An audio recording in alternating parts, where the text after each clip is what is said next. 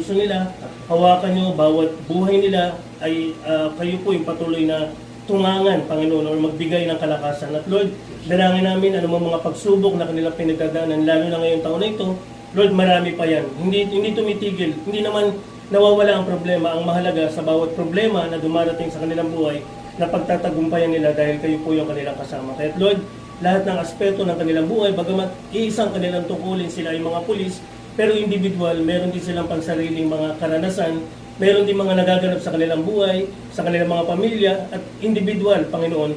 Lord, alam po ninyo yan, Panginoon. Kaya Lord, sa pamamagitan ng Espiritu na nagmula sa inyo, Lord, patuloy na bigyan nyo ng kaunawaan, bigyan nyo ng katahimikan, at bigyan nyo, Panginoon, ng malawak, Panginoon, na karunungan ng aming mga kapulisan, para sa ganoon sa lahat ng ginagawa nila, Panginoon, ay lagi silang magtatagumpay at patuloy na maging mananagumpay sila, Panginoon. Kaya Lord, dalangin namin ang kanilang mga pamilya, ingatan ninyo, at ang buhay ng aming kapulisan, lalo na ang panahon ito, Lord God, na ang sabi sa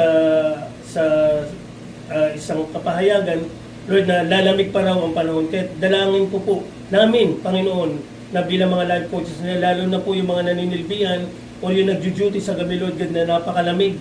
Lord, ingatan nyo na wala pong inuubo ng malala, wala pong dinadat na ng sipon, Panginoon. At Lord, yung mga immune bodies nila ay patuloy na palakasin nyo. Kaya Lord God, hindi lamang ang araw ito, kundi sa lahat ng panahon, lagi mong pagpapalain, laging iingatan ng aming kapulisan. At Lord, yung sa namiminuno, Mr. Nertates, Panginoon, yung wisdom and knowledge na nagmumula sa iyo, ay ipagkaloob mo sa Kanya para sa lahat ng gawain ng aming kapulisan, lagi silang may tagumpay.